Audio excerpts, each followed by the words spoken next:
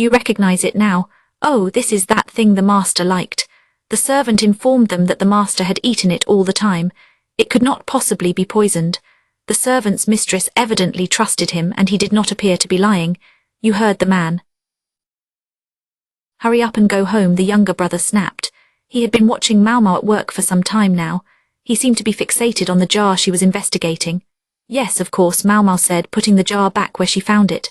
She grabbed a handful of the contents as she did so, secreting it in her sleeve. Our apologies for disturbing you. She left the kitchen, but she could feel the man's eyes boring into her from behind. Why did you just run away like that?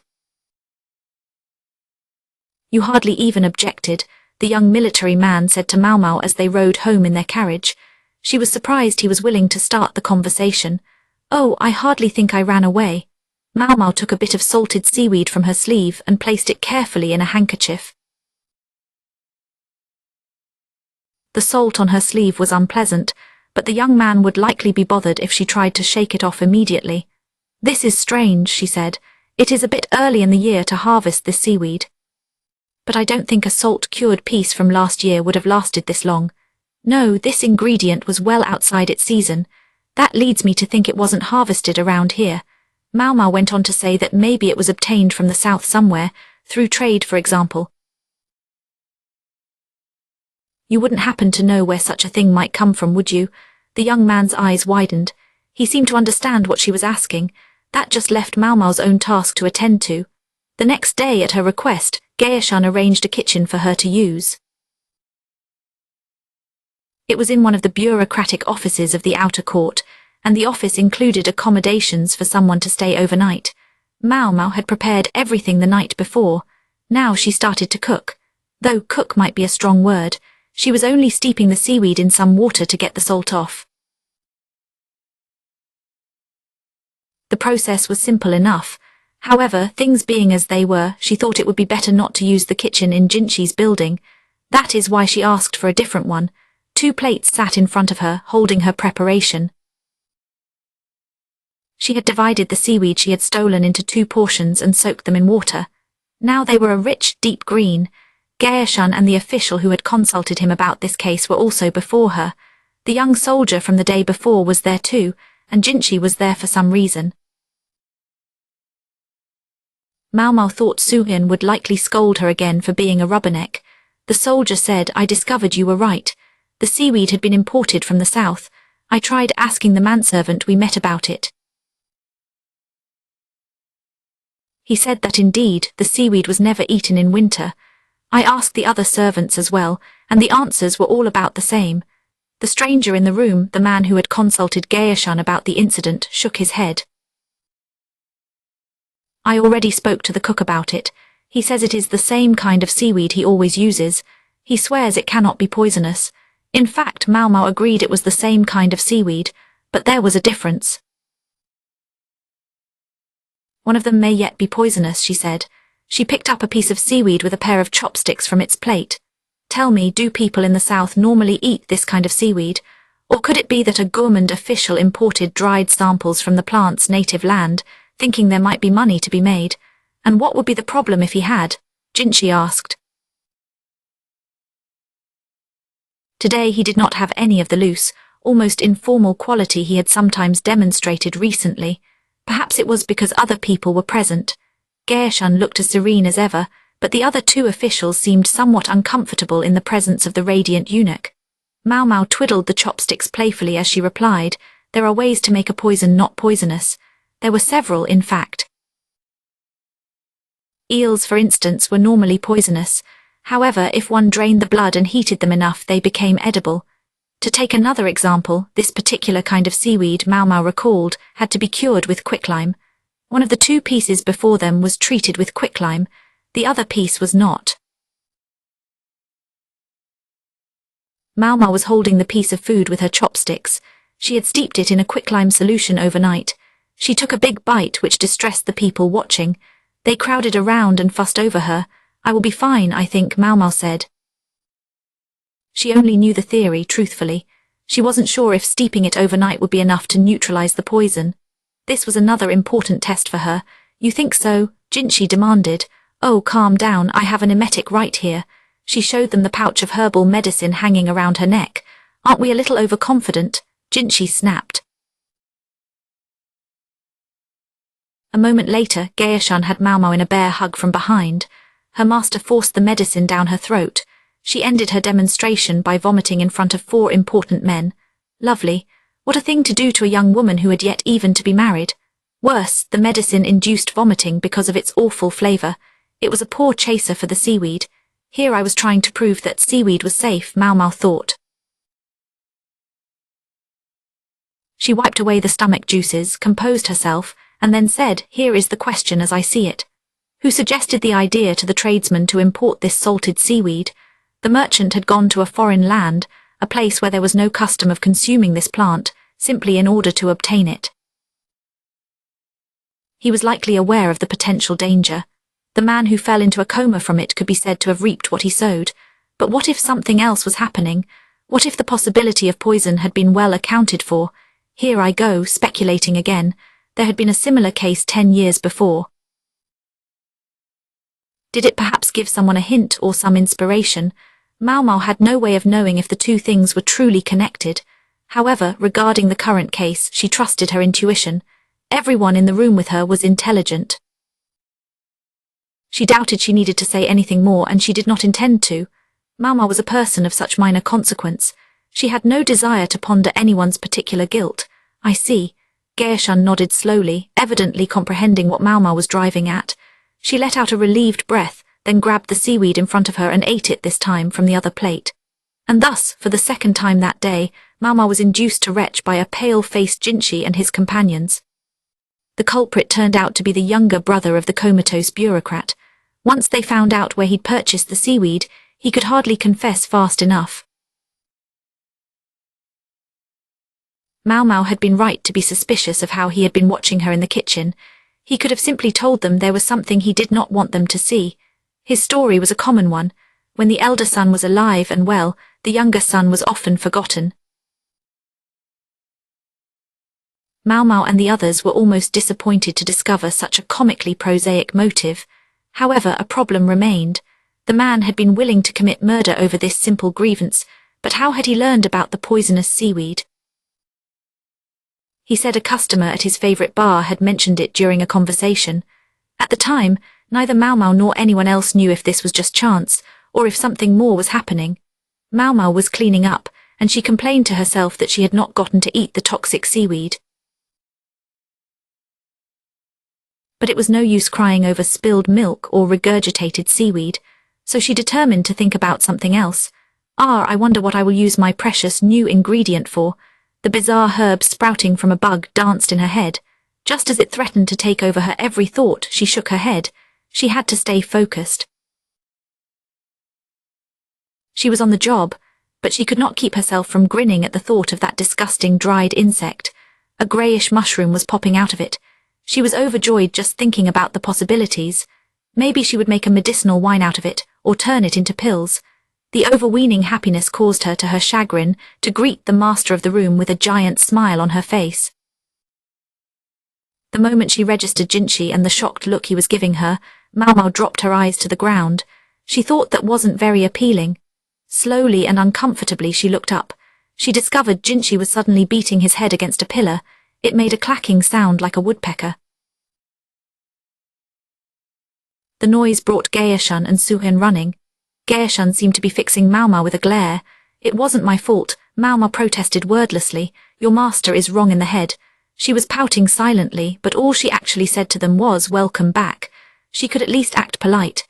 Jinchi had been spending especially long days at work lately. He said it was because there were many things that needed taking care of. If that was the case, perhaps he should have been working the other day instead of standing around watching Maomao's experiment. Jinchi's assessment of the person he had recently entertained to get his work done was not flattering. He said, "You could say we do not get along.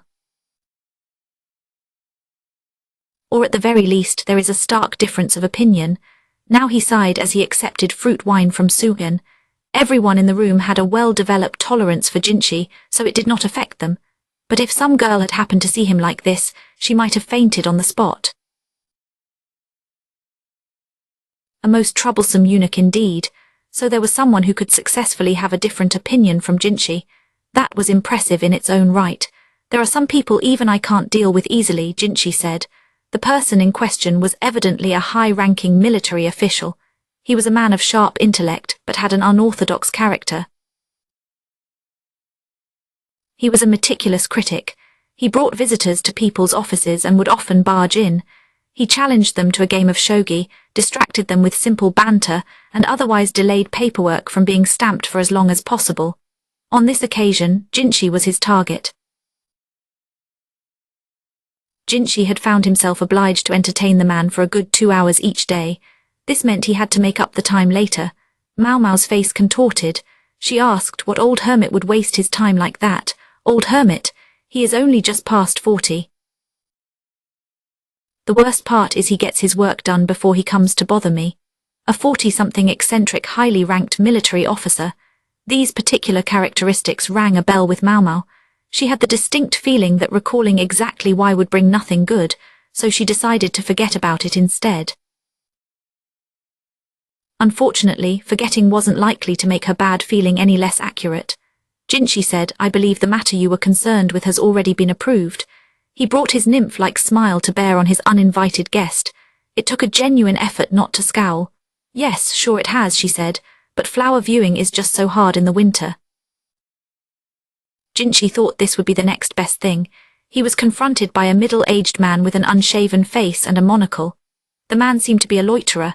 He wore a military uniform, but his build was more that of a civil official. His squinted, fox-like eyes carried equal parts intelligence and madness. The man's name was Lacan, and he was a military commander. He might have been considered a sleeping dragon in another era, a great military mind waiting to be discovered. But in this day and age he was just another oddball. He came from a good family background and was still unmarried at more than 40 years old. He had adopted a nephew to oversee his household. Lacan was interested in 3 things: go, shogi, and gossip. He would talk to anyone about these things, even if they weren't interested. He had bothered Jinchi recently because Jinchi had hired a young woman who was connected to the Verdigris house as a maid. The situation was as it was, but it didn't look good to society to take a girl from a brothel. Yes, she was officially just his maid, but what were people supposed to think? This rumor-loving official had run with the story of Jinchi's youthful new acquaintance. The military was thoroughly convinced that the eunuch had purchased her from prostitution. It was hard to say they were exactly wrong. Jinchi let the old man's jabbering. Where did he get all these stories? Go in one ear and out the other as he stamped away at the papers Gaoshan had brought him. Until the moment Lacan said something rather unexpected. "I once had a friend who lived at the Verdigris house, you know. We were very close." Jinchi had never known him to show interest in carnal things. "A courtesan? What was she like?" he asked, his interest aroused, much to his annoyance. Lacan grinned and poured some of the fruit juice he had brought with him into a glass. He was reclining on a couch, and he could have been relaxing in his very own room. "Oh, she was a fine lady. She was an excellent Go and shogi player. In shogi I could hold my own against her, but in Go, oh, I was always losing." To defeat a military commander at a game of strategy was no mean feat, Jinchi reflected. "I thought about buying out her contract. I thought I would never meet a woman so interesting again, but life does not always give you what you want, boyo." A couple of interested parties showed up. Both were very rich and they started a bidding war. This drove up the price. Goodness, sometimes buying out a courtesan's contract could cost as much as building a small palace. The bidding war had put the woman beyond Lacan's reach. But why was he telling Jinchi this? She was a very unusual woman. She sold her art but not her body. In fact, she didn't seem to think of her buyers as customers. When you had tea with her, she did not act like she was serving her master or anyone important. Instead, she would look at you, imperious like royalty granting an audience to the basest peasant. Some people liked that kind of treatment, and they went mad for her. I mean, listen to me. Takes one to know them, eh? Ah, the very thought sends a shiver down my spine. Jinchi, growing more and more uncomfortable with the conversation, tried to look away from Lacan. Gaoshan was stationed quietly in the background. His mouth was pulled into a single straight line, and he was biting his lip hard. Many people in the world shared Lacan's preferences. Jinchi wasn't sure if Lacan realized the effect he was having. In any event, the arch-eccentric went on. He said, what I wouldn't have given to take her to bed.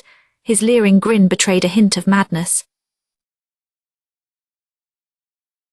I admit in the end I just couldn't let her go. I resorted to a bit of an underhanded scheme.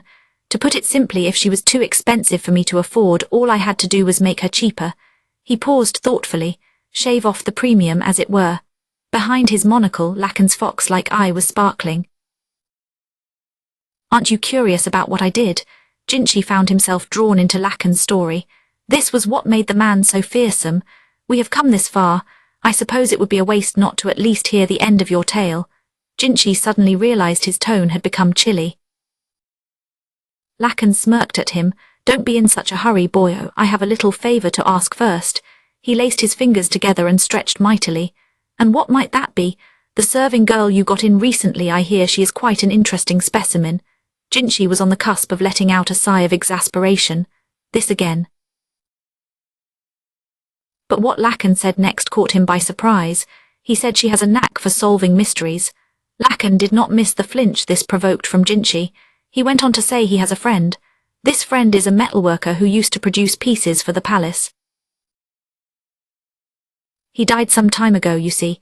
He had 3 pupils, but surprisingly he did not choose a successor. Oh, Jinchi said politely, thinking how unusual it was for Lacan to know a craftsperson. It is sad when a master craftsman does not share his secrets before he dies. I keep thinking he must have left some hint, something to make sure his art didn't die out, but I'm not finding it. What are you getting at? Jinchi asked curtly. Lacan removed his monocle and said, it's nothing to speak of. I was just wondering if there was some way to find out what secrets that old man took with him to his grave. Perhaps a particularly clever young maid could look into the matter. Jinchi didn't say anything. Our dead friend was a funny guy. He left a will, very portentous stuff. It makes a man think there must be more to it. Jinchi still did not say anything. He closed his eyes and let out a breath. It was all he could do to muster, I am not making any promises. Tell me about the will. Chapter 5 lead around. Evening arrived and Jinchi came to her with an extraordinary story. I'm sorry to trouble you, he began. This was striking in itself. Normally he didn't seem to care how much trouble he was causing Maomao at any given time. The preface did pique Maomao's interest though. It seemed there was a dispute concerning an acquaintance of Jinchi's acquaintance. It was almost, but not quite, a family squabble. A craftsman had died without sharing his most important secrets with his disciples. Those disciples also happened to be his sons. Among those secrets was a technique never divulged to outsiders. So all we have to do is figure out this metalworker's most secret art. Yes, Maomao said. Gee, when you put it that way it sounds so simple. I must say though you seem uncommonly eager. Do I? Maomao asked, averting her eyes. Here is what Jinchi had told her. The metalworker had 3 disciples, all of whom were his blood sons. All of them were respectable craftsmen in their own right. Their father had received a special commission from the palace. With him gone, people said one of his sons might succeed him. The father left a will providing an inheritance for each of his children. His eldest son received a small workshop. The second eldest son received a piece of furniture his father had decorated, and the third son received a goldfish bowl. The will also contained one cryptic suggestion. It said, would that you boys would sit down and share tea together like you used to. What a very intriguing final testament, Maomao commented. She wasn't sure if his statement was meant to be taken literally or if something else was happening. It is, he said, and it seems just as confusing to the young men as it is to us. Maomao nodded thoughtfully. I must say the way the inheritance was divided doesn't seem very fair. The family's main house was still occupied by the boy's mother, so it wasn't included in the will. However, one child received a workshop, another got furniture, and the third received a goldfish bowl. It was hard not to think the last child got a raw deal. Do you know anything about this goldfish bowl? I'm afraid I don't. But if you are curious, you could pay them a visit. I have the address. What fine preparation on Jinchi's part. He must have assumed it would come to this. Then perhaps I could be spared for a while tomorrow. Maomao said with a discreet glance at Suyin. The old lady-in-waiting waved a hand, as if to say have fun. Maomao suspected she would find her workload increased more than ever in the days to come. The craftsman's house was past the far end of the great main thoroughfare that ran through the capital. The building was in a busy shopping area and quite impressive. A large chestnut tree stood in the yard. Jinshi and Gaoshun were not with Maomao. Instead, the young man who had helped her investigate the poisonous fish was there with her. His name was Basin. Maomao thought he did not seem to think much of her, observing how he only spoke the absolute minimum necessary to her. It came across as less reticence than as active disdain, but Maomao was perfectly happy with that, so long as it did not interfere with her work.